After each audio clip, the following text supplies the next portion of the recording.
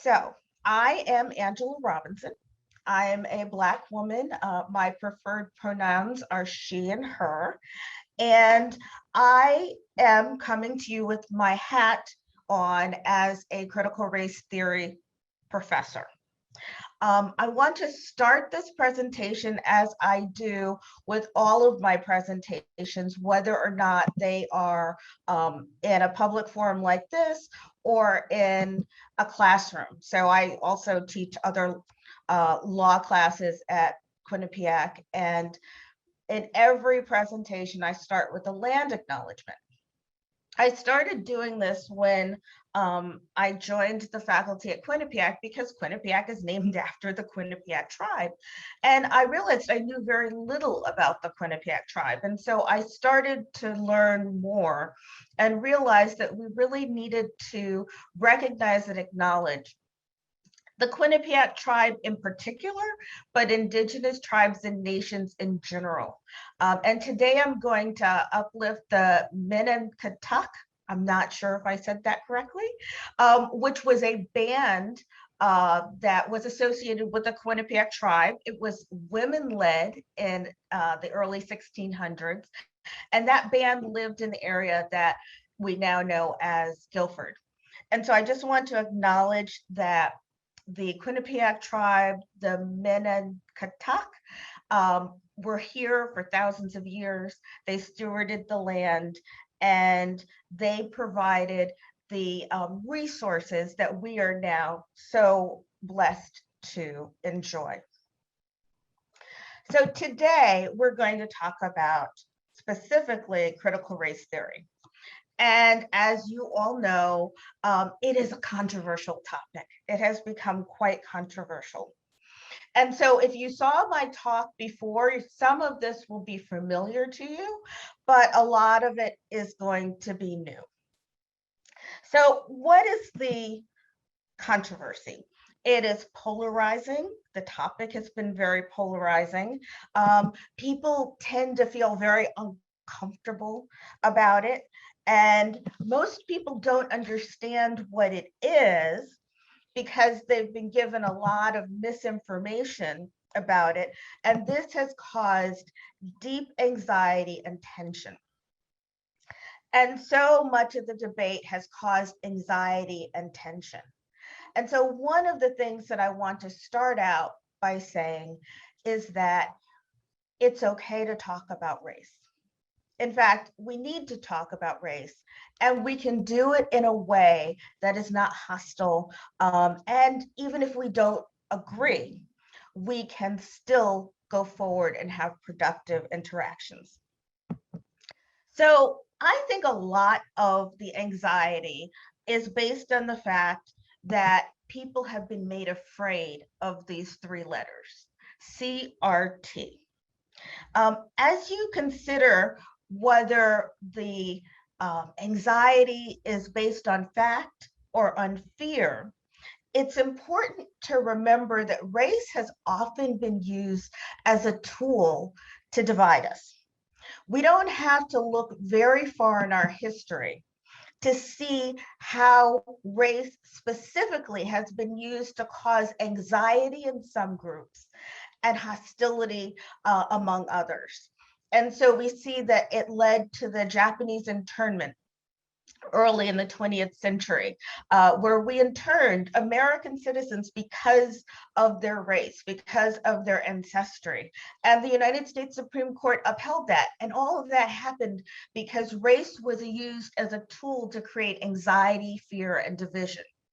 We saw it when Mexican Americans were deported. There were several operations where American citizens were deported to a country that many of them had not lived in during their lifetime.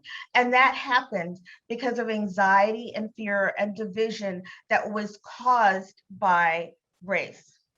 And then we saw, many of us are familiar with this image of the young high school student going to try to integrate Little Rock, Arkansas. And you see the anger and the vitriol on the faces of the people, and she's calmly walking by. And that's because race was used as a tool to divide and to cause fear. And then on the left, there was a protest that happened after the murder of Vincent Chen, who was a Chinese American who was killed in Detroit because some auto workers who worked in the auto factory had been riled up because of the success of Japanese in the car industry. And so they had their anger riled up, and they ended up killing this Chinese American man who they made pay the price for the success of Japanese auto workers. So the fact is that most Americans haven't really heard of critical race theory before 2015. And it has been around for decades. So why is that? As you go through today, I want you to consider a couple of questions. When did you first hear about critical race theory? And how did you hear about it? And what was the source of that information? Do you think you understand what it is, or have you just been given quotes out of context? If you think you do understand what it is, do you know some of the foundational scholars who created it? Do you know some of the history of how it came to be? My goal today is not to persuade you that you should adopt critical race theory as an approach in your life, or even to persuade you that I'm right and the way that I'm looking at this issue. Instead, my goal is to increase your comfort with just the concept of it. There's nothing particularly scary about the concept of critical race theory.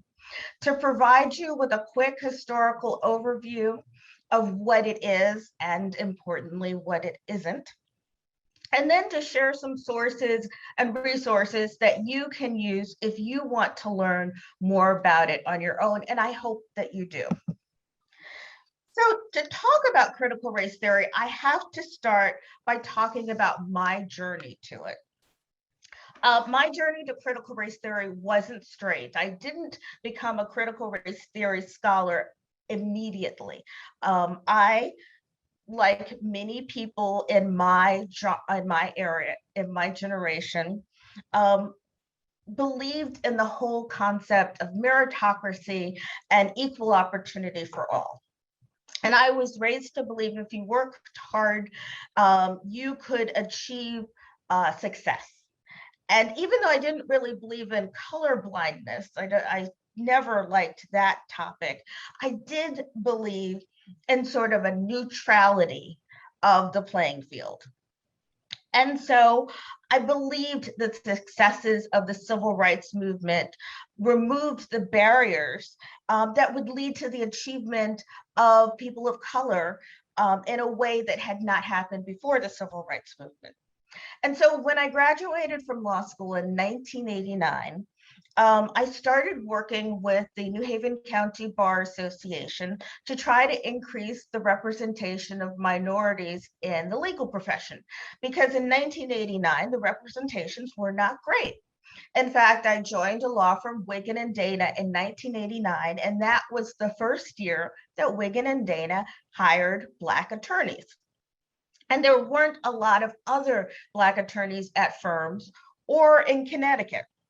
So I started working with the Bar Association on this committee, and we came up with these great initiatives. And then I switched to another firm and I became a trial lawyer, and I worked with the National Trial Lawyers Association on efforts to increase the representation of people of color in the legal profession. But I kept seeing the same barriers over and over, and progress wasn't being made. And so I started to look at the legal history. Like, I'm a lawyer, I want to understand why we're not making progress and where we should be making progress. And I found out that in 1823, the legal profession was 100% white and 100% men. And 1823 was the first year that a non-white man became a lawyer, and he was a Native American lawyer, Attorney McDonald. And then it wasn't until another almost 50 years that there was a woman attorney. So in 1869, there was a woman attorney. And then another 100 years later, we switched to about 1960, and the legal profession is still 98% white and 96% men. And then fast forward to today, the legal profession is 87% white, and of that 87%, no, of the 100% of lawyers, 66% of them are men. So I started to wonder why. Why are we failing to make gains when we've had civil rights victories and we have on paper removed the racial restrictions? And that question of why led me to some other questions of why. Why is the average net wealth of white families 10 times higher than that of Black families? And it's higher than that of other families that are not white. Why is the home ownership rate higher for whites than for non-whites? Why is there a persistent income gap among racial groups? Why is racial segregation still a problem? We had Brown versus Board of Education in 1954. Why are we still so segregated? The average white person lives in a neighborhood that is 80% white, and the average non-white person lives in a neighborhood that is 65% non-white, which means that we still live in very segregated communities, which means that our schools are still very segregated. So more than half of the school children attend schools that are 75% of one race or the other. And segregation translates into loss of opportunities, networking opportunities. It means that the average white person has 1 in 10 friends that are not white, which means that networks of white Americans are 90% white. We are still very racially segregated. And then I ask, why are people of color overrepresented in some places and underrepresented in others? And overrepresented, for instance, in the criminal justice prison system, and underrepresented in leadership roles. And those racial disparities create other, even more pernicious disparities. For instance, we see that 90% of Fortune 500 CEOs are white men, when white men account for only 35% of the population. The next highest representation is white women. So 90% of the Fortune 500 CEOs are white men, another 7% or so are white women. In fact, in the period between 2000 and 2020, there have only been 84 CEOs who are not white in Fortune 500 companies. Why have only 163 Blacks served in Congress as of 2020, when there have been over 12,000 people who served in Congress during our country's history? Why are 12.4% of police officers Black, which represents about the representation of the Black population nationally, but in terms of leadership of police departments, in terms of command positions, only 3,000 of those officers are executive officers out of over 15,000 in over 15,000 police departments? And then why are only 40,000 Black professors full-time employed in colleges and universities out of more than 750,000 full-time faculty members in colleges and universities throughout the country? And then finally, why are 79% of public school teachers white when white students make up only 47% of all public school students? Well, CRT provides a way to look at this. And these facts that I told you, I view them as problems. I think they are a problem for our country. And critical race theory provides a way to look at the problem, to answer the question of why, and to find solutions to change it. And it says we have to do that because if we continue on this trajectory, the disparities won't go away. In fact, I told you about the income disparity between the average white family and the average wealth of the average white family and the average Black family, that the net wealth of the white family is 10 times higher. And the economists have tracked that out, and at our current rate, it would take over 200 years to get rid of that disparity. So critical race theory says we can't just keep going on automatic. We can't just keep going the way we've been going because these disparities are just going to get worse and more intractable. So my definition for critical race theory is that it's a perspective. It's an approach. It's a way of looking at the role of race in our country. It's only one perspective, and I think I'm very candid when I say that. It's the perspective that I teach and I adopt in many ways, but there are other ways to look at the issue and other ways to answer the questions of why.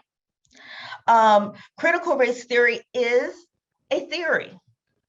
It uses and draws upon information from many disciplines. It started in law, but it draws upon lots of different disciplines. And it particularly highlights and uplifts historically excluded voices. And so it looks at history from a perspective that we haven't necessarily been taught before. So I want to give you a few quick facts about what critical race theory is and what it is not. And then we'll go on and see if you will go to some sources that I will leave you with.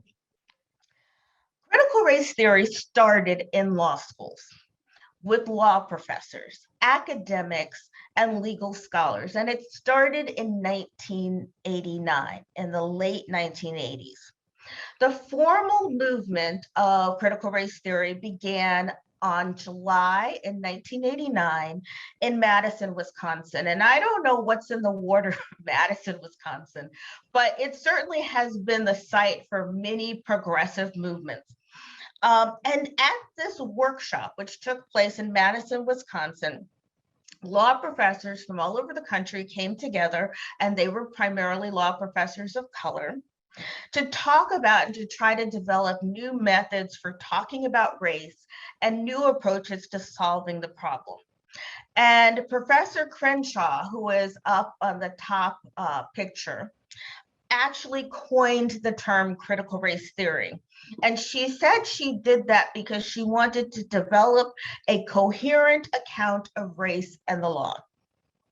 So Kimberly Crenshaw, who's still a prolific critical race theory scholar and a law professor at Columbia and UCLA, joined with other co-organizers, Neil Gatanda, who is an Asian American law professor, and Stephanie Phillips, who is a Black woman law professor at the University of Buffalo.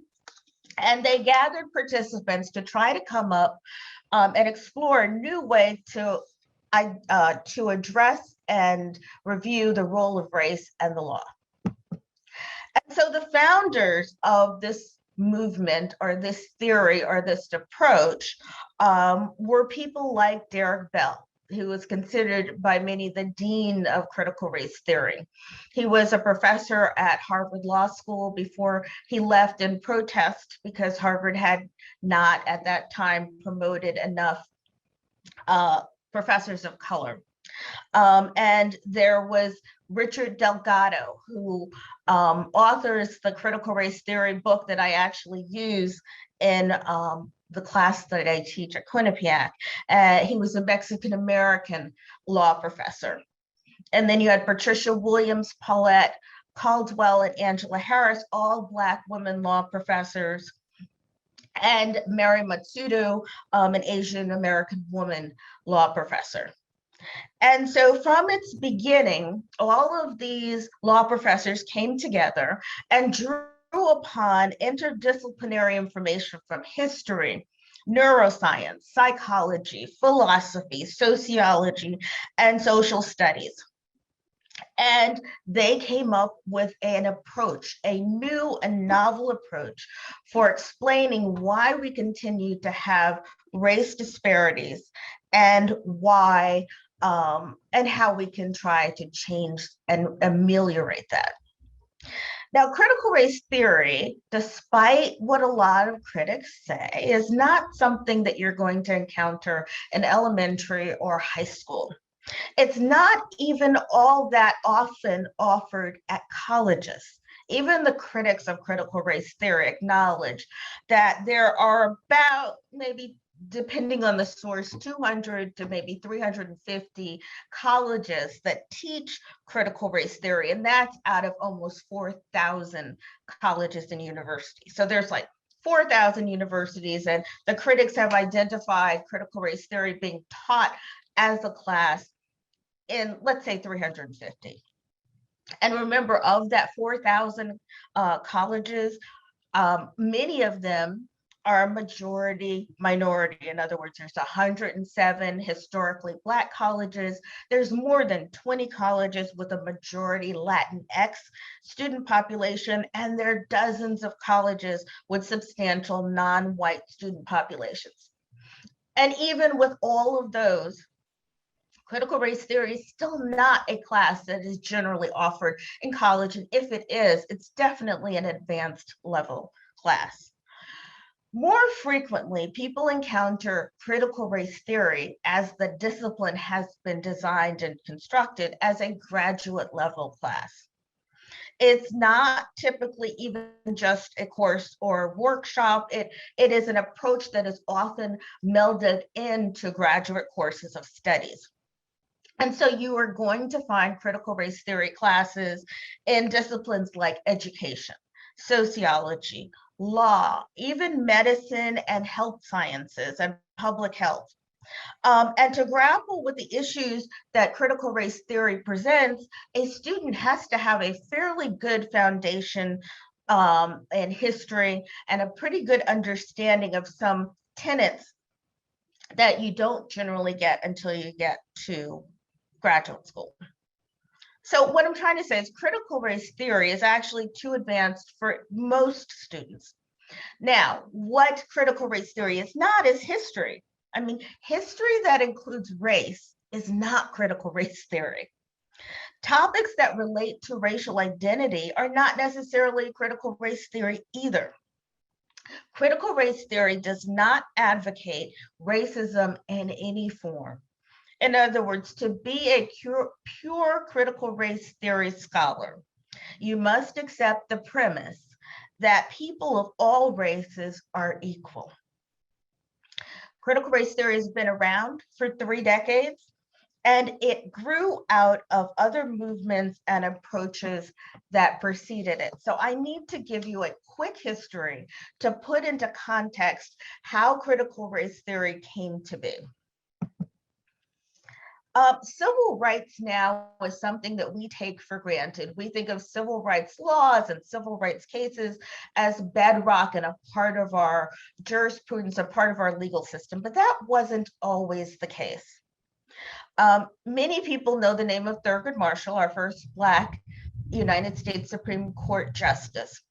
But few people know the name of the man who actually made civil rights studies a thing.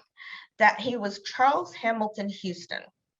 And Charles Hamilton Houston designed and formalized the studies of civil rights in the 1930s and 40s and devised the legal strategy that led to Brown versus Board of Education. While there was this idea of race percolating around, especially in the civil rights area, there was really no dedicated study of race or ethnicity.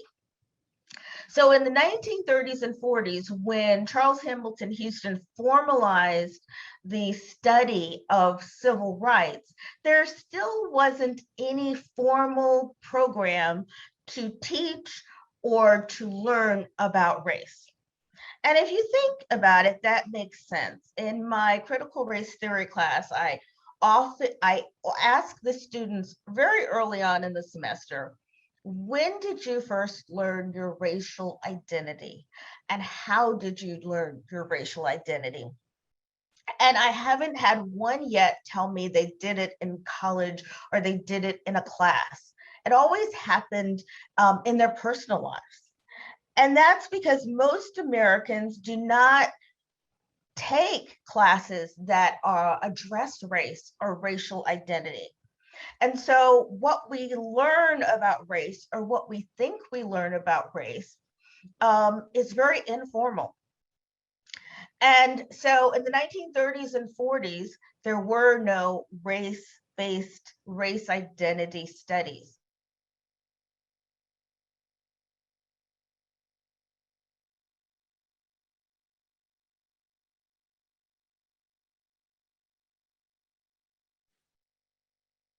Okay, it looks like, Angela, we just lost you for a moment.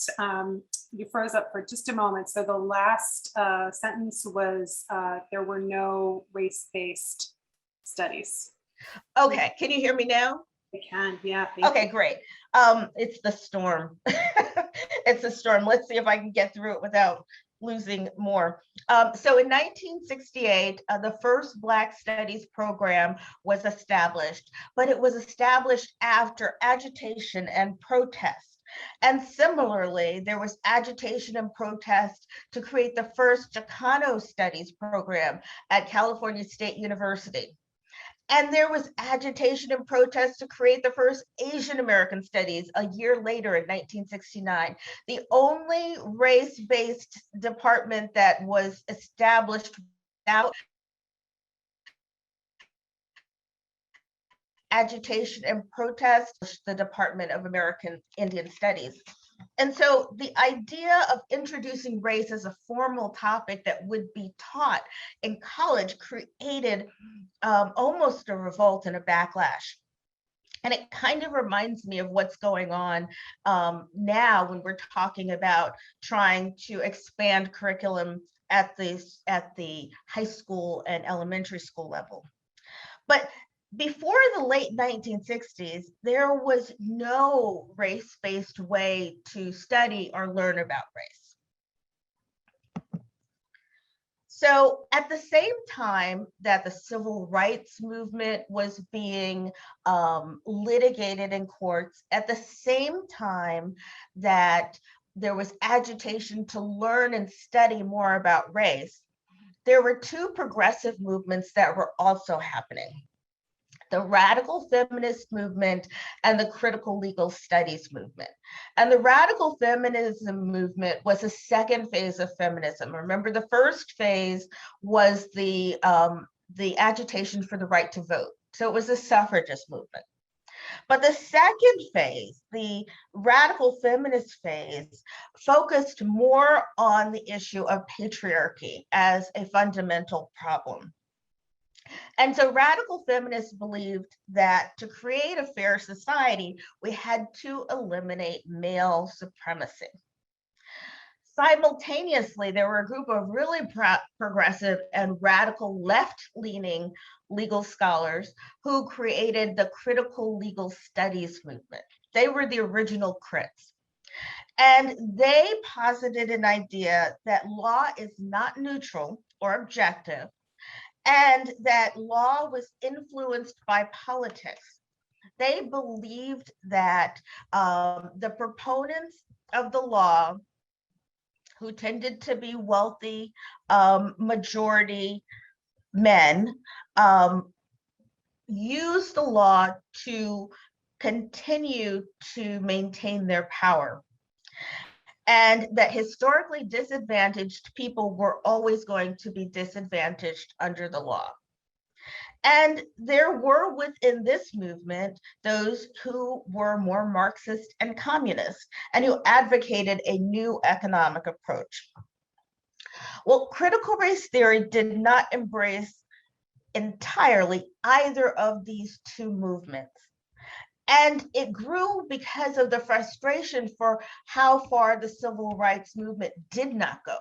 So the civil rights movement went to a certain point, but we kept having these disparities. And so critical race theorists looked at these two other movements, the radical feminism movement and the critical legal studies movement, and said there's some concepts here that are worth noting and worth studying. First, it seems true that law is not necessarily neutral and that legal actors are influenced by their identity. And so we want to critique legal doctrine now, considering the identity of people. And then they also embraced this multidisciplinary approach, and they adapted the paradigm that problems in society are created by power imbalances and hierarchical inequities. That the hierarchies they focused on were race-based, but they did think hierarchies were the problem. And so for critical race theory, the focus was on racial inequity and racial hierarchy.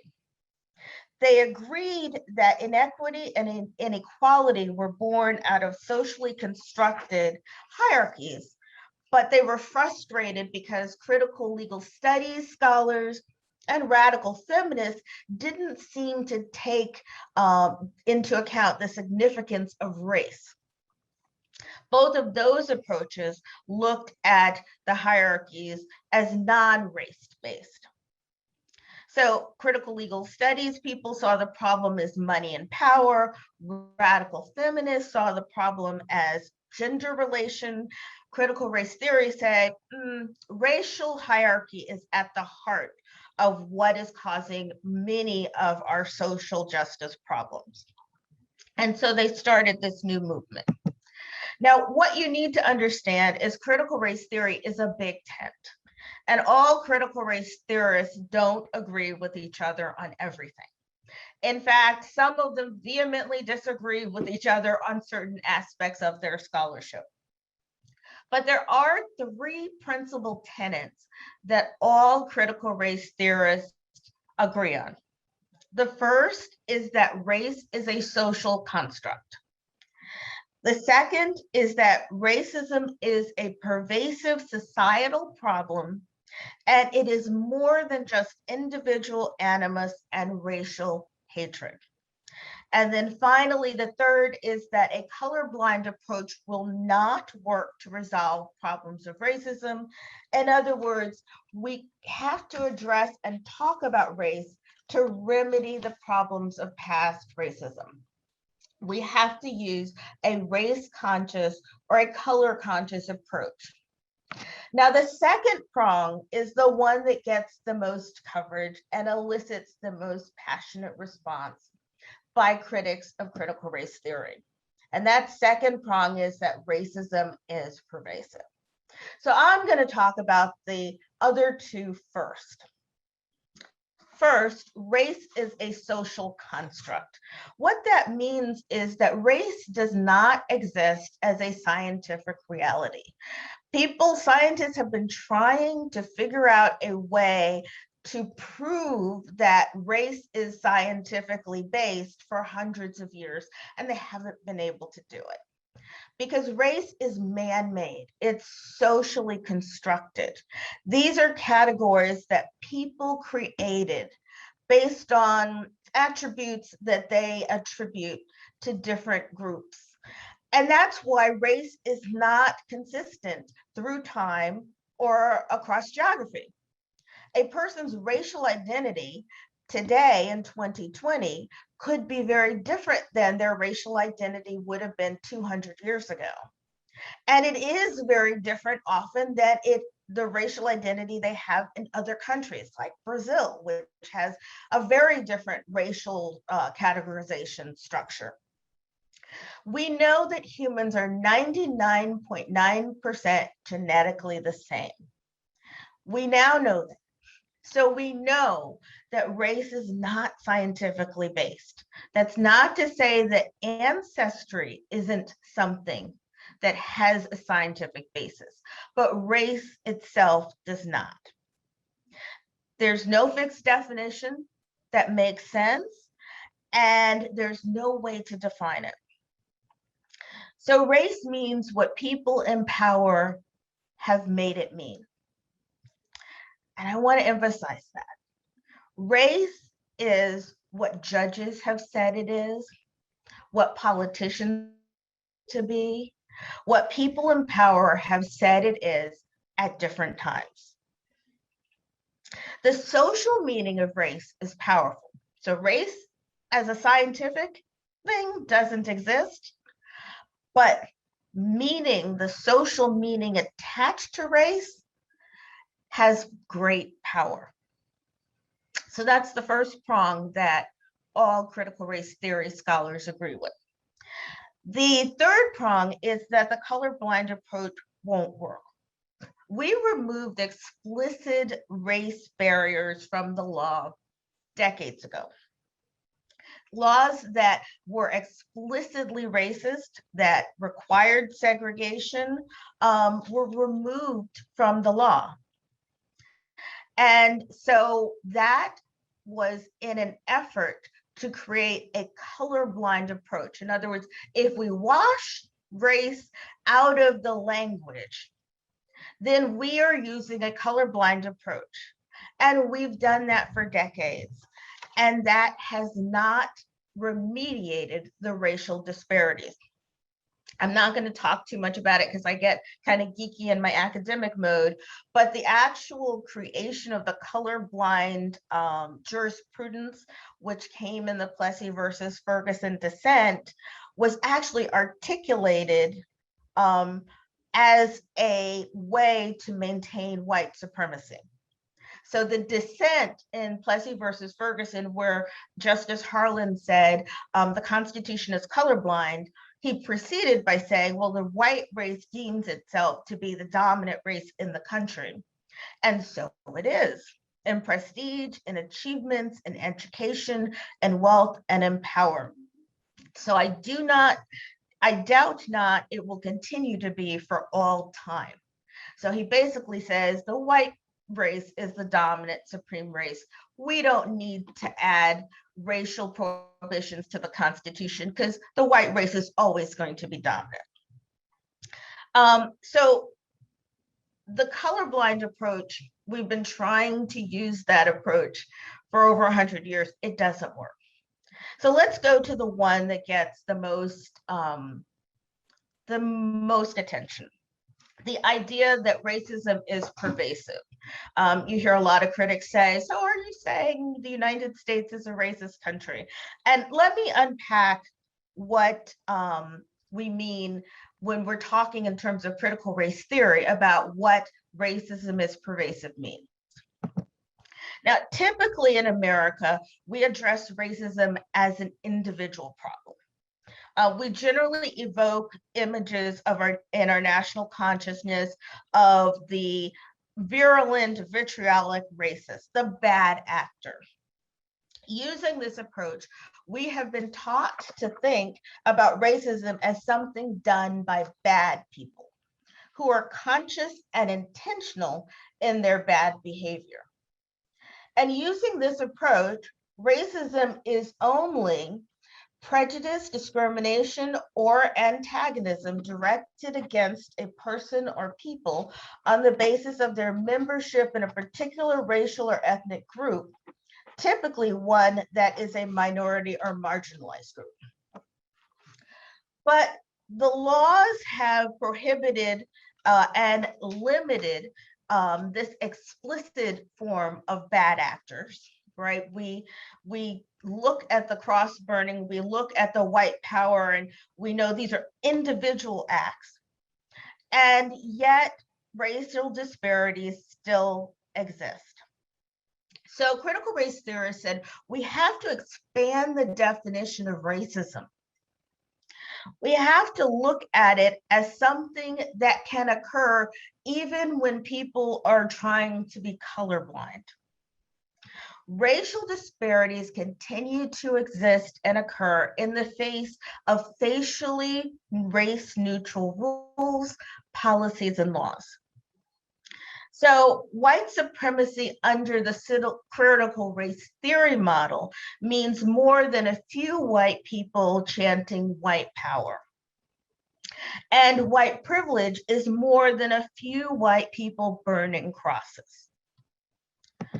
So critical race theory focuses on much more than the individual bad actors. The problem isn't just a few bad apples. So the paradigm looks beyond the individual and the individual acts and the intentionality of those acts and focuses instead on the systems that perpetuate racial disparities. Racist ideas, of course, are racist. So there are certain things all of us will agree are racist. But that isn't the totality of racism as critical race theory defines it. And very importantly, talking about race is not racist. So for critical race theory, not talking about race actually perpetuates racism. Critical race theory focuses on systems and organizational structure. There is this saying that I love: all organizations are perfectly designed to get the results that they get. And that was a quote from organizational design expert Arthur W. Jones. So if that is true, if all organizations and systems are designed to get the results they are designed to get, then systems that get racial disparities have been designed and structured in some way to get those disparities. For critical race theorists, racism is a combination of racist policies and racist ideas that produce racial inequities. The result is the most important part when we're looking at racism, not the intentionality or the unintentionality. Structural racism, systemic racism, are public policies, institutional practices, cultural representations, and other norms that work in various, often reinforcing ways to perpetuate racial group inequity. It identifies dimensions of our history and culture that have allowed privileges associated with whiteness and disadvantages associated with color to endure and adapt over time. Structural racism is not something that a few people or institutions choose to practice. Instead, it has been a feature of the social, economic, and political systems in which we all exist. And this is why fixing one thing doesn't change the entire system. A lot of times, well-meaning people will say, well, we just need to fix the schools. Well, fixing the schools, which I would posit is a lot harder than just fixing the schools, won't fix the system. It fixes one prong in the system. It doesn't fix that whole other network of wealth and housing and criminal justice and media. There is this fantastic video by Trisha Rose. She did a presentation in June of 2017 called How Structural Racism Works. And she and her grad student actually used the Trayvon Martin case, Trayvon Martin, who was killed, to explain how systemic racism works and how all these different prongs, education, housing, criminal justice, media, and wealth, led to Trayvon Martin's death. So for critical race theory, we have to develop new tools because it is a whole systemic problem. And so some of the tools that are used are storytelling, narratives, and counter narratives.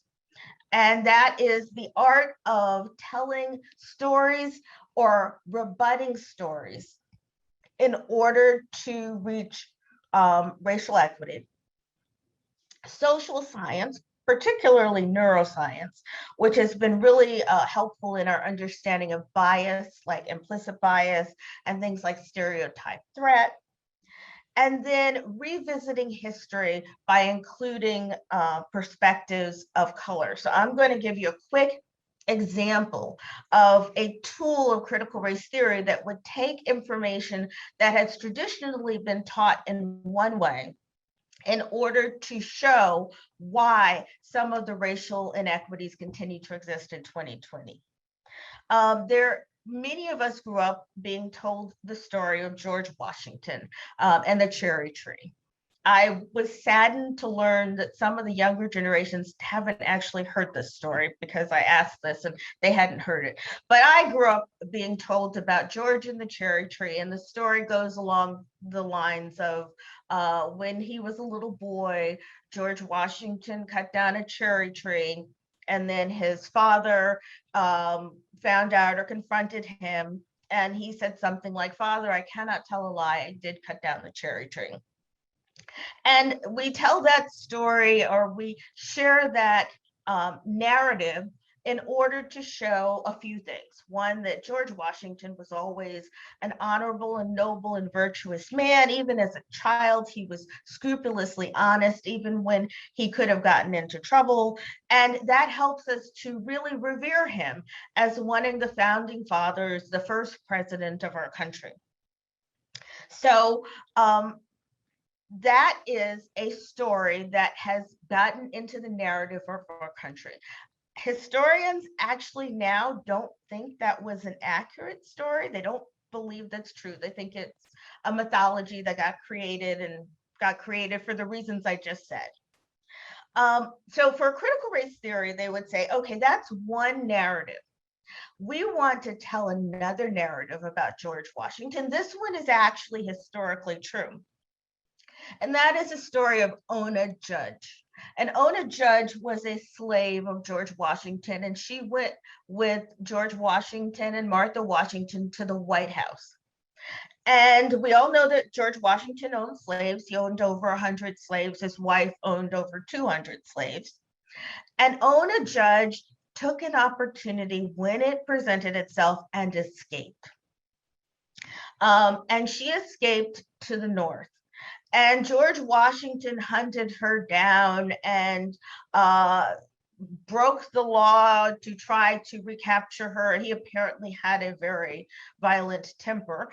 And to his dying day, he was really angry that Ona Judge had gotten away from him and he was never able to recapture her. And she did end up living her life in freedom, and he never did capture her. There's a great documentary, High on the Hog, which tells another story of a George Washington slave, Chef Hercules, who was probably the first celebrity chef in America, and what George Washington did to him. And so we tell these stories, these narratives, not to denigrate George Washington, to say we shouldn't revere him as a founding father, a revolutionary hero, and a great man in our history. We tell the story to share that even great men at that time didn't address or confront the issue of racism. And I'm not sure how you can define someone who owns Black slaves as anything but racist. And so we can understand now in 2020, we're still having problems addressing race and race relations because we have never really grappled with the effect of race and racism in our founding fathers. And so, should statues of George Washington be taken down? I don't think so. I think they should remain. But I think we should be honest about who he was, and not only he, who other men during his time were. Joe, I'm going to kind of lean to you. I know that there's someone raised a hand. Do you want me to just keep going and do it at the end? Yeah, if you want to keep going, for whomever raised their hand, if you would be willing to type your question into the Q&A box, we're keeping track of all those questions and we'll be giving them over to Angela when the presentation is done. Yep, I'm coming. I'm wrapping up. So Great. there are many concepts. So the tools of critical race theory are storytelling and narrative. And there are a lot of ideas that came out of racism. And so you may hear some of them, these terms. I won't have time to get into them, but anti-essentialism and interest convergence and racialized privilege and colorism. Those are all concepts and ideas that grow out of critical race theory. Now, critical race theory is durable. It has been around since 1989, and foundational elements have been around for decades longer. And so within critical race theory, within the first 10 years, there were dozens of books about it. There were 250 law review articles about it. There were conferences, and it spawned subspecialties and narrower focuses. So there's Asian American crit, which focuses on the Asian American experience, Latinx crit, which focuses on the Hispanic experience. There's colorism and multiracial studies that focus on the effect of color and race. And there's Native American crit and critical white studies and whiteness studies that focus on white racial identity. Critical race theory has expanded to other disciplines, to education, health sciences, medicine, philosophy, political science, psychology, sociology, and social work. And it has reached all across the globe. There is at least one country in every continent where critical race theory is studied and taught. So there are concepts of critical race theory that are already really mainstream. And I've talked about a couple of them. Storytelling is one of the most popular ones. Storytelling and narrative, that's mainstream now. And a lot of that came from the critical race theory model. The idea of intersectionality, it's now a mainstream concept. Kimberly Crenshaw was the one who developed the concept of intersectionality. And what that means is we have multiple identities that affect our experience. She started by looking at Black women, about how their race affected them and their gender affected them in different ways than race affected Black men or gender affected white women. But now intersectionality is being talked about in all different kinds of contexts. And then finally, the bias work came out of critical race theory. Now we know about implicit bias and we know about other forms of bias. And that all came out of critical race theory. So there are some concepts that are already very, very much maintained. And they're very much a part of our conversations. So some takeaways. First, critical race theory is not new. It's been around for decades, and its foundations have been growing for decades. So if critical race theory was going to destroy the fabric of our society, we would probably know it by now. Critical race theory continues work of other social justice efforts. So it started because certain social justice efforts like civil rights didn't seem to be balancing the field in the way one would hope. Critical race theory is a discipline that one encounters generally in graduate school. There may be some advanced classes in college, but it's generally encountered in graduate school. Critical race theory pursues racial equity for everyone. and this is a really important concept because I've heard a lot of criticism that critical race theory is anti-white. I even saw something, I think, from someone in Guilford that cited Ibram Kendi as a proof that critical race theory was anti-white. And I have to tell you, Ibram Kendi devotes a whole chapter in his How to Be an Anti-Racist book called Anti-White Racism. So he did definitely does not condone and actually criticizes anti-white racism. Critical race theorists all believe that the notion that one race is superior to another in any way is a racist idea. The racist races are all equal. People are assigned to race, but we're all equal. And then finally, critical race theory can't fully be taught or learned in one semester, let alone one night. I want to thank you for going through this with me. It's a lot easier to teach critical race theory over a semester because I have the time to build the trust and information with my students. But I'm glad that you were able to devote one night so that I could give you some information. So, couple of words of caution.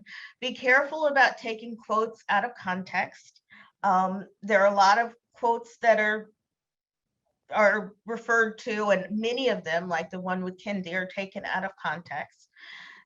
Please don't conflate discussions that incorporate race with critical race theory. Critical race theory is an actual discipline and approach. And there's a big difference between facts and opinions.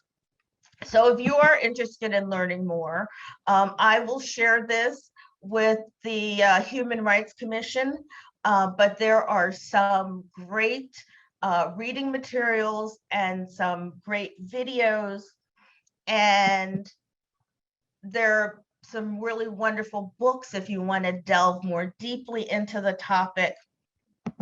And I leave you with this beautiful image of hydrangeas, because to me, hydrangeas are a botanical representation of critical race theory.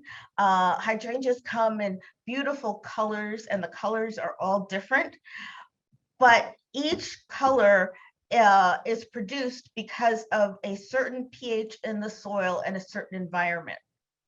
So in order to get the range of beautiful hydrangeas and the different colors, you have to create the environments in which those colors can grow and thrive. And you can't cheat because, like on the left, there are some colors that don't naturally occur. So we can't spray like orange. But if you want the true beauty of the range of colors that we have to create the soil and the environment that will allow them to develop. So that is my presentation. I will now happily open it up to some questions. Thank you so much for that, Angela.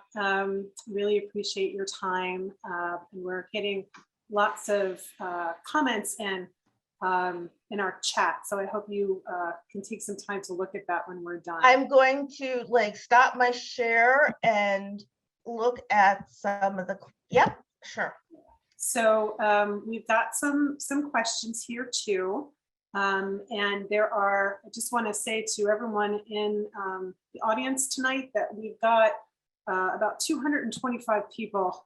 It's been fluctuating back and forth, about 220 to 225 people. So we are obviously, unfortunately, not going to be able to take everyone's questions, but I'm going to start with the first one that came in at about 20 after 7. And this is from an anonymous member, a community member. The question is, how is what you call equity different from what Reagan called the soft bigotry of low expectations? Okay, so equity to me is providing the environment and conditions for success that are going to vary depending on the situations. And so one of the things that I expect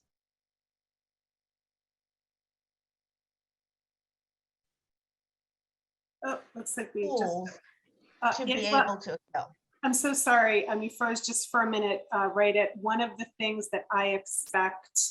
Oh, I expect from my students is that they're going to excel, and I'm going to give them the tools to help them excel. So I think when Reagan was saying the soft bigotry of low expectations, it was a kind of a dog whistle that implied that certain groups don't have to perform well to succeed. And I hope that my presentation showed that the field is far from balanced. So people are competing with one hand tied behind their back, or with opportunities that others have been given. So I think equity is a very different concept, and I do actually have a whole presentation on equity and why the idea of equality. Well, we're just going to give everybody the same thing, and then that means that they're equal. That's not the way the world works. That's not the way nature works. If you want the blue hydrangea, you got to put the right pH in the soil. And it's kind of silly to say, blue hydrangea, you need to grow blue with the pH that makes the pink. And we want the pH of the pink to make the blue, and you're not growing because they require different nutrients. Great. Juan, would you like to take the next one? You're muted, sorry. Yeah, I think you answered this one, but who are the foremost proponents of CRD today? Where would you rank Ibram Kendi and Robin DiAngelo amongst the foremost proponents? So I use Ibram Kendi's book, How to Be an Anti-Racist, because I think it embraces a lot of concepts that show where critical race theory is going today. Robin DiAngelo is an anti-racist activist. And although anti-racism kind of grew out of the idea of critical race theory, I don't think of them as strictly critical race theory scholars. So critical race theory scholars continue to be like Kimberly Crenshaw, Neil Gatunda. There's a professor, Jerry Kang. I think he's not a professor anymore. I think he's a provost, who sort of is prolific in the work of implicit bias. They tend to be academics and scholars. Kendi is really a great historian. He's a great historian, but I don't consider him a critical race theorist. Thank you. Okay. Angela, you linked CRT to critical legal studies, which viewed law as a means of maintaining the power and privilege of the ruling class. The class struggle inherent in both critical law and critical race, according to its detractors, stems from critical race theory, which is Marxist, both in its premise and its origin. Could you either dispel or affirm that for us? Well, I dispel that. Critical race theory is not Marxist. I think what has happened is because critical legal studies had scholars who were communist and Marxist, and because critical race theory built on a lot of foundational information from that, the two have gotten conflated. Race is a real issue and problem among Marxists and among communist countries. So critical race theory would say that race supersedes some of these economic discussions that we have, but critical race theory is definitely not Marxist. Thank you. Okay, the next question is, thanks you, Judge Robinson, for this presentation and your acknowledgement of these areas' indigenous people. How do you suggest we combat the conservative narrative that has taken hold, which makes CRT the latest boogeyman that incites further division in an already ideological divided country? In other words, how do we concisely break it down to those who are predisposed to accepting the false narrative of CRD invading public grade school education? I mean, I am consciously trying to stay out of the controversy with the public school system because I think that's a different thing. But I think it's an excellent question. And I think we have to be honest in confronting the fact that race is the tool that is most often used to divide us. And as long as we keep saying that over and over again and saying that we don't want to use race to divide, we want to bring it as a bridge and come up with ways that are more soundbitey. Because like I gave a very long presentation, you had to sit here for an hour to listen to it. And I think why the critics have gotten traction is they have sound bites. And I think we have to come up with some sound bites that are more readily accessible. And that requires us to talk about race. I don't know how many of you felt initially uncomfortable at how often I said white people or Black people or Asian people, but usually people are very uncomfortable with that for the first 10 or 15 minutes. And then by the end of the hour, you probably had gotten used to it. So I think part of it is confronting the fact that race is used as a tool to divide. Another part is to actually talk about race and make it more of an everyday conversation. And to say that talking about race doesn't demonize you, doesn't elevate you, doesn't is not an attack. Okay, so I have a comment here. As a Latina law student who graduated back in 1988, CRT would have been very beneficial in understanding how laws adversely impact historically underrepresented racial and ethnic minorities. You were in the group that created critical race theory for that reason. That's exactly why these scholars got together. And since that was a quick one, another question, and this is a sort of multi-part question, or a multifaceted question. If a teacher or school or district is teaching kids that 1, race is a social construct, not a biological fact, 2, racism is pervasive in our society, and 3, we need to acknowledge and talk about race to address racial disparities, all reasonable and important ideas to teach, especially in the context of middle and high school students, isn't it reasonable to say that teacher or school or district is teaching parts of CRT? Is the argument about whether or not schools are teaching CRT really worth having? Or is it more worthwhile to facilitate frank conversations about what culturally responsive schools are teaching and why it's important? All of these are fantastic questions, and that's a great question. I think it is very important, and there's a lot of literature to teach race in an age-appropriate way, and there are different approaches for different ages. So I definitely think it is important for every student to know that humans are 99.9% genetically the same. I think that's important.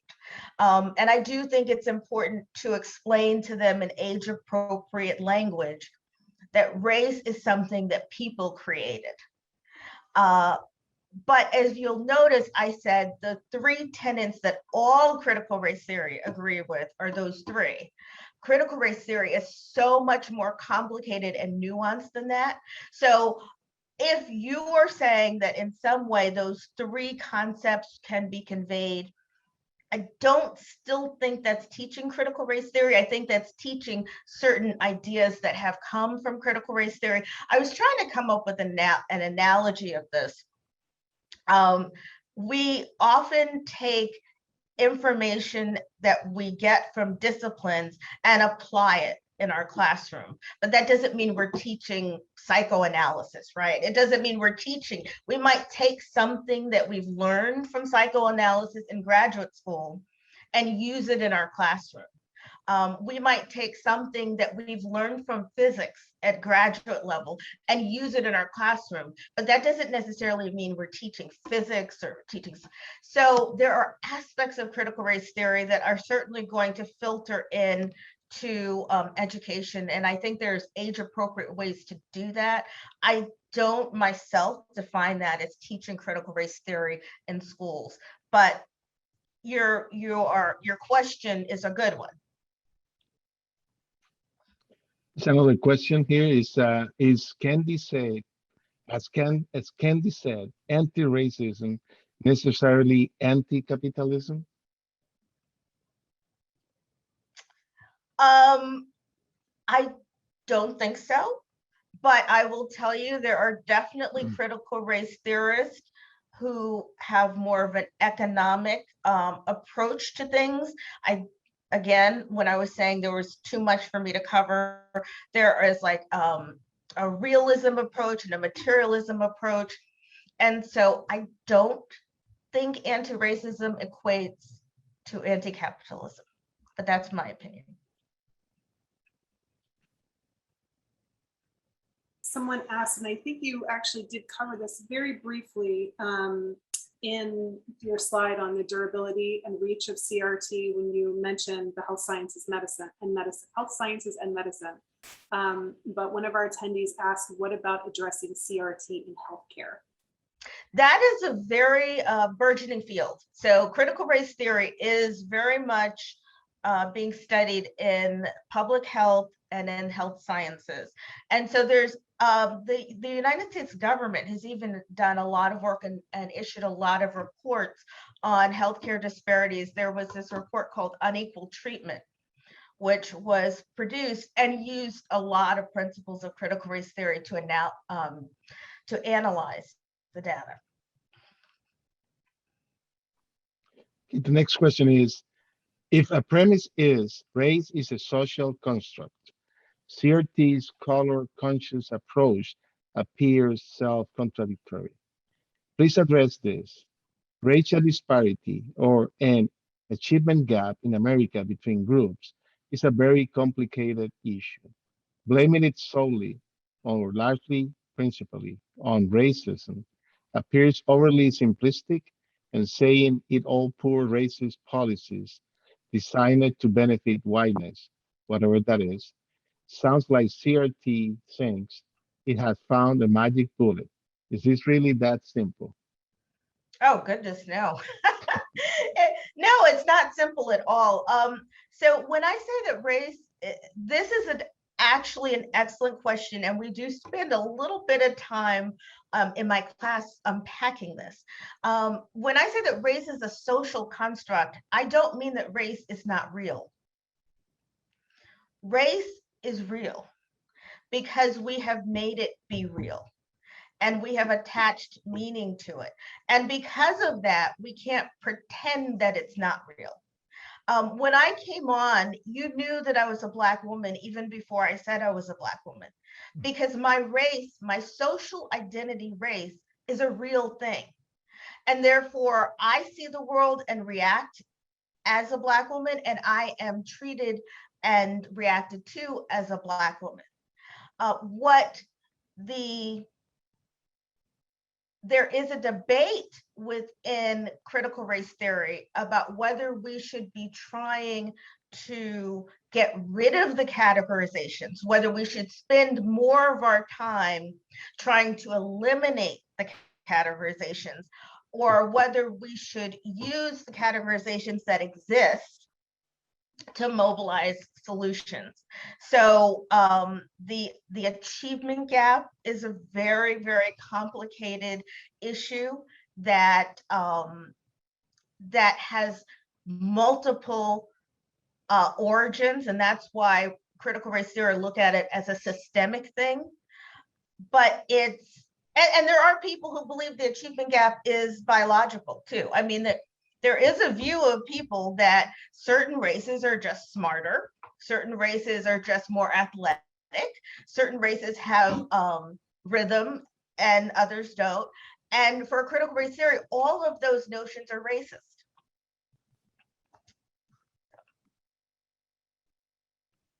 Okay.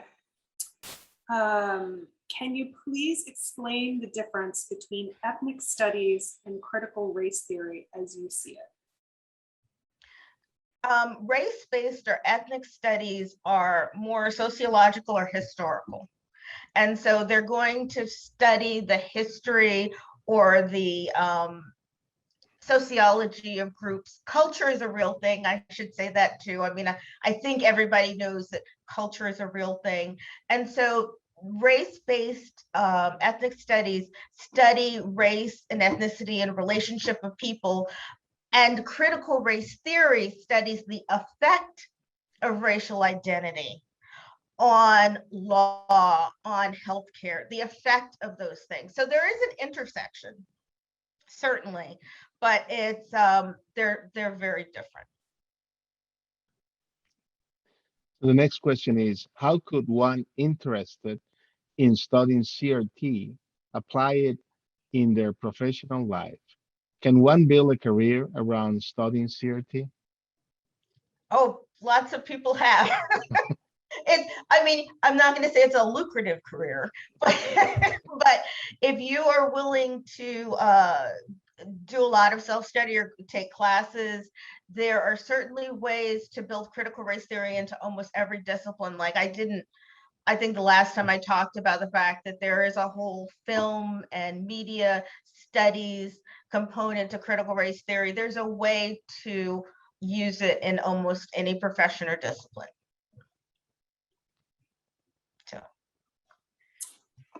What do you think we can do as citizens of Guilford to try and lower the outrage volume and bridge the gap to our fellow citizens who mistakenly believe that CRT is being taught at Guilford Public Schools? Do you have any advice?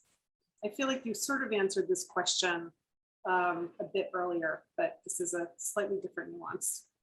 Yes, again, these are all great questions. I think that really wanting to hear and understand are very important. That nobody feels good when they feel like they're not being listened to.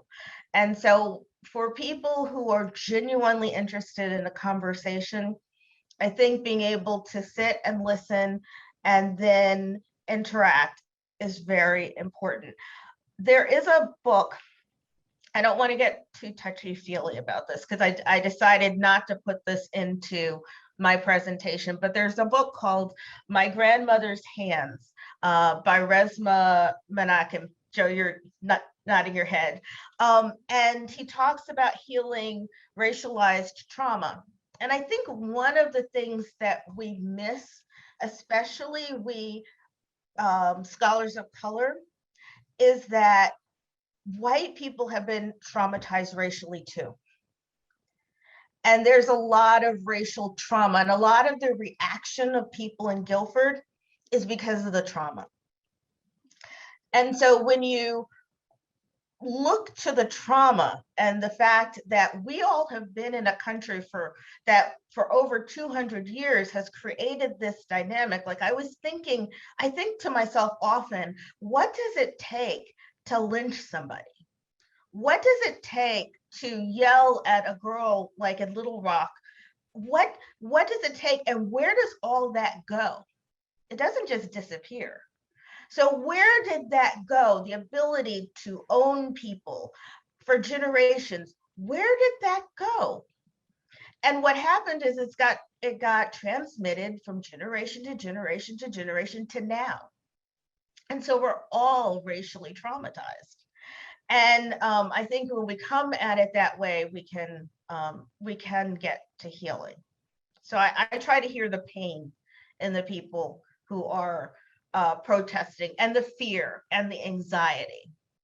And then there's some that are just using it. Like I truly believe there are people who are just opportunistic, but I think many of the people are just traumatized. Okay, thanks. Should we not identify first as Americans? Storytelling is not a rigorous scientific approach. Does No. this not hinder CRT's arguments? That's a great question. You got to come and take my class, because there is a whole debate about that. And storytelling for its own sake is a very powerful tool for critical race theory. And there was a long time that critical race theorists didn't even want to include social science and studies and data into the field, and they lost that battle. So I do not believe that we waste our time with stories. I think it's really, really important that we understand the stories we tell, and that we tell stories that get us to where we want to go. Someone just said stories telling makes things real, and it does. Like when I talked to you about Own a Judge, that was a story that you hadn't heard. And I don't think that data could do the same thing. I said George Washington owned 100 slaves. That doesn't do the same thing as telling the story of Own a Judge.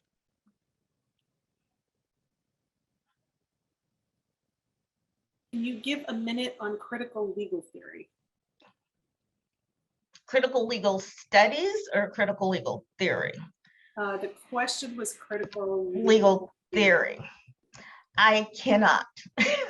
I mean, I get critical legal studies. I can. I would have to see what the person is referring to. Okay. Okay. Yeah.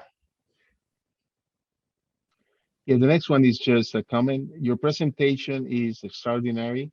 Your ability to unpack complex theory and history understandably and accessibly. Thank you. Thank you. Thank you. I appreciate that.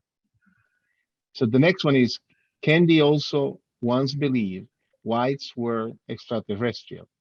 Changed his mind, a great book, very biographical, but not really very scientific. Please comment. Which book was it? I didn't. And it doesn't set the book. It just said that Candy also once believed. Oh, Candy. Whites, Candy. yeah, sorry. Yeah. Candy believe. The how to be, I think you're referring to how to be an anti-racist, because in the book he wrote it in a memoir-like fashion. It was not, he used some scientific data, he definitely did, but it was more in the storytelling model. And you know, you are convinced or not convinced based on the power of his story. He talked about his evolution to why he believes that you can't say you're not racist, that everyone is either racist or anti-racist. And he explained how he came to that in his journey.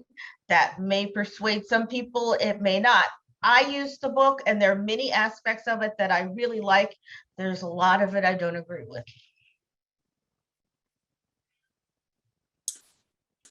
Thank you for a very informative talk. I just finished CAST. Yeah. Has casteism been factored into CRT studies in any way? Isabel Wilkerson has produced, I think, the most important book of the last decade in CAST. And so as an approach, it is new. I am almost 100% sure it will be incorporated in some way in critical race theory, because she looks at race as a caste and a caste system, and she looks at America as having a caste system based on race. And I think she makes a very persuasive argument for that. So yes, I can see that being embraced and adopted, and yes.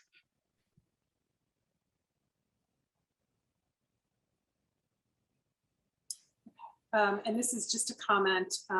Thank you for all the information and clarification. Oh, thank you. I think I did see a question as to whether or not I was going to share the slides. I will share them with the commission and allow the commission to decide how to best disseminate them. I do that with trust, because I trust the commission. I don't generally share them publicly. Well, and I know I saw that somewhere in the chat as well. I want to say that we will be broadcasting a recording of Oh, okay. tonight through GCTV, which will also be uploaded onto YouTube. And as soon as that is available, which will probably be sometime this weekend, we will put a link into our social media, onto our Facebook page, so that it's accessible and shareable. So that might be a good compromise. Yeah, and I definitely, the resources that I have, I'm going to actually put them on my website so that anyone can just go and get them. Great, we can link directly to you then. Yes, yes. Great, thank you. So I don't know how much, it's 8:27. I don't know how much time people want to spend on it on Tuesday night, but Tell me what your comfort level is. We've got some more questions. You've already answered several. I don't think, unfortunately, there's any way we're going to be able to get through all of these because we've still got 17 to go, which is probably a bit unrealistic. so let's go through a handful. Okay. Dr. Robinson, thank you. You said racial equity and racial hierarchy is at the heart of what is causing our social justice problems. You said that a colorblind society doesn't work, but you also said that we are all equal no matter your color. CRT theorists see capitalism's disparities as a function of race, not class. Capitalism, all leading CRT proponents believe, is therefore racist. Do you believe capitalism is racist? And what is wrong with judging each other by the content of their character? That's a really great question with many different aspects to it. So I do not think that capitalism is the problem, because I do believe that across the classes you find the same racial issues, and there's a whole line of studies that have looked at it, because originally a lot of civil rights advocates believed that the issue was class and the issue was economics, and that if we could just address that we would reverse racism, and that has not been borne out by the data.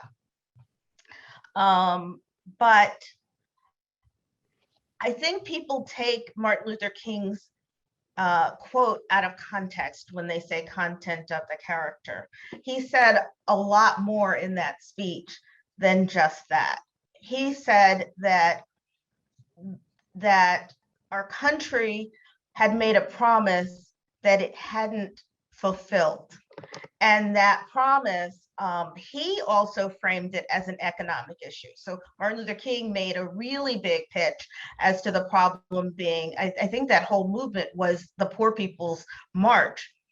So I think that we kind of sugarcoat it to make it sound like, oh, we're all human, and if we can just look at the individual, then we'll be fine. And it's just the way our society is structured, it's not possible.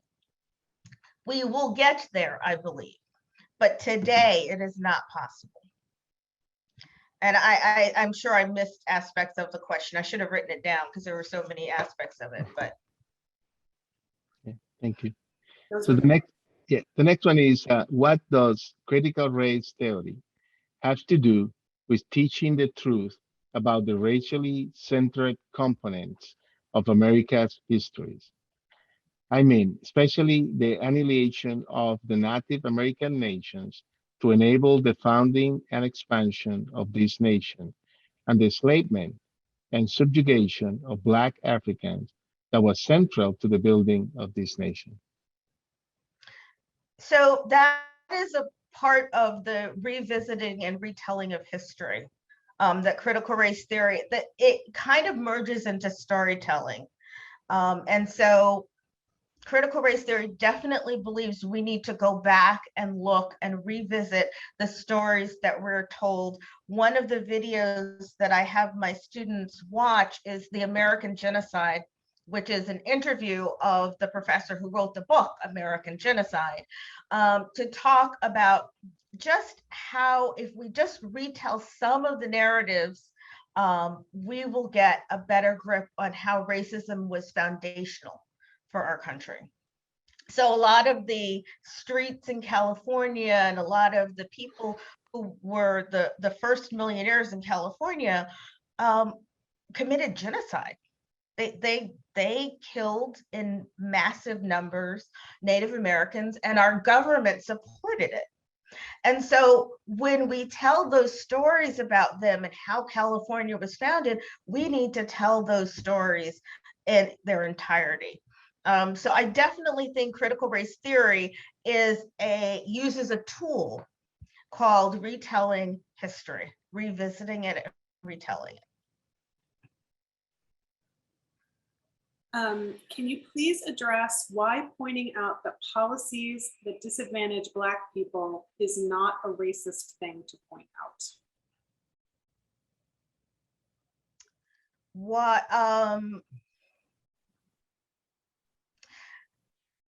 I define racism as something that suggests that a race is superior or inferior to another group, or that perpetuates a racial disparity. So with my definition of racism, talking about policies that perpetuate racial disparities can never be racist. That's under my definition of racism. And there's a lot of people who feel, and critics of critical race theory feel this, that talking about race is the problem. That when we talk about or identify things that create racial disparities, that's the problem. That isn't the view of critical race theory, and that's not my view. But I did tell you how I define racism.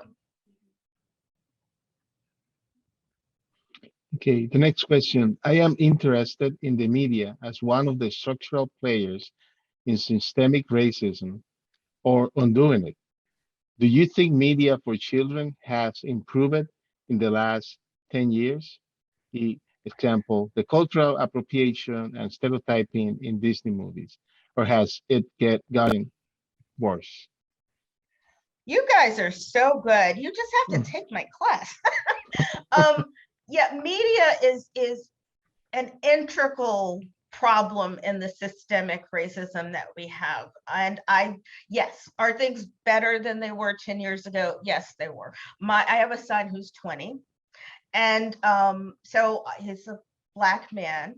And when he was a child, I worked really hard to find images and movies that were positive racially, and I couldn't find very many. And so we opted for, a lot of animated things that had animals.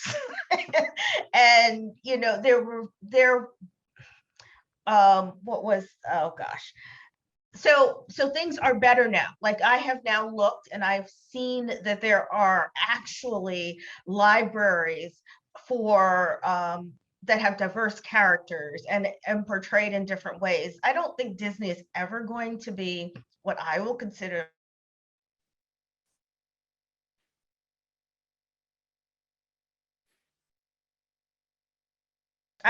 yeah, don't even get me started about the whole. We just lost you again for a minute. We heard, I don't think Disney is going to be what I ever. I don't think Disney will ever be what I consider a paradigm of racial equity. I mean, I think there's some problematic things with the way they do their productions, but things are better. They're much better. Before, and I don't know, how many more questions would you like to take, Angela? Let's just take a couple more. Okay, so I have a question that was, I think the first question that was asked that I collapsed because I thought you were getting into the subject at that point. But the question is, what was the precursor to critical race theory? Where, when, and who? So the precursor, there were a lot of precursors to were the civil rights movement, the critical legal studies movement, and the radical feminist movement. I think those were the foundational movements that planted the seeds for critical race theory. But there were definitely little offshoots.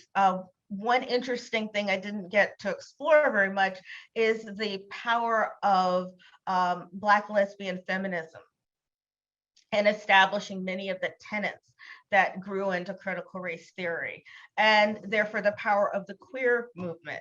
So there were a lot of sort of seeds that planted and grew into critical race theory.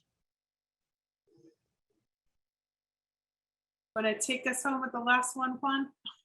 Sure. How would you address the critics who says that teaching about racism encourage victimhood in minorities? I would say that teaching about racism actually empowers the victims of racism, because by not teaching about it, you're silencing them to live and suffer without any acknowledgement of their experience. And so I think teaching about racism is empowering. And I know that in my experience, part of the reason so many of the students have loved my class is because they say, we are finally in a situation where our experience is centered. You know, can you imagine being in a world where you live an experience that's never centered or valued enough to even talk about? So I think it is actually empowering. And that's a great question to end on, I think. It is. Thank you so much. Thank you. One question that several people have been asking is how it's possible, or is it possible, to take and or audit your class at Quinnipiac Law School? I would have to find out. I don't know the answer to that, but there's been so much interest in critical race theory that I have been trying to think about teaching a series for non-graduate students, because part of what I love to do is to break things down in manageable bites. And so I'll keep you informed if I have the energy to do it. And I'll also find out if there's a way to audit, because there may be. Okay, fantastic. Again, on behalf of the Guilford Human Rights Commission, I want to thank you so much for time this evening. Thank you. And again, I want to thank the greater, sorry, it's the end of the night. I'm not quite as tired as you are, Angela, but I think I'm getting close. I want to thank the Greater Community Foundation of New Haven for providing a grant for tonight's forum, and also the North Madison Congregational Church and the First Congregational Church of Guilford for also financially sponsoring this event. Yes. As I mentioned, as soon as we have a link to the recording of tonight's forum, we will post it on our Facebook page. And Angela, I don't know if there's a way that you would prefer to take questions around further learning opportunities from folks who may have been on the webinar tonight. So you can reach me through my website, robinsondiversityconsulting.com, and you can leave me a message there, or you can email me. And then I will be in communication with Joe and Juan to figure out how we can communicate so we don't have to do it all through you. That's fine. And we will, as Angela mentioned, put up a link to her educational resources that will be on her webpage as well. So Angela, thank you so much. I'm so happy. Thank you for inviting me. Thank you. Thank you all for sharing this time. Thank you, everyone. Have a wonderful night. Have a great night. Bye-bye. Bye.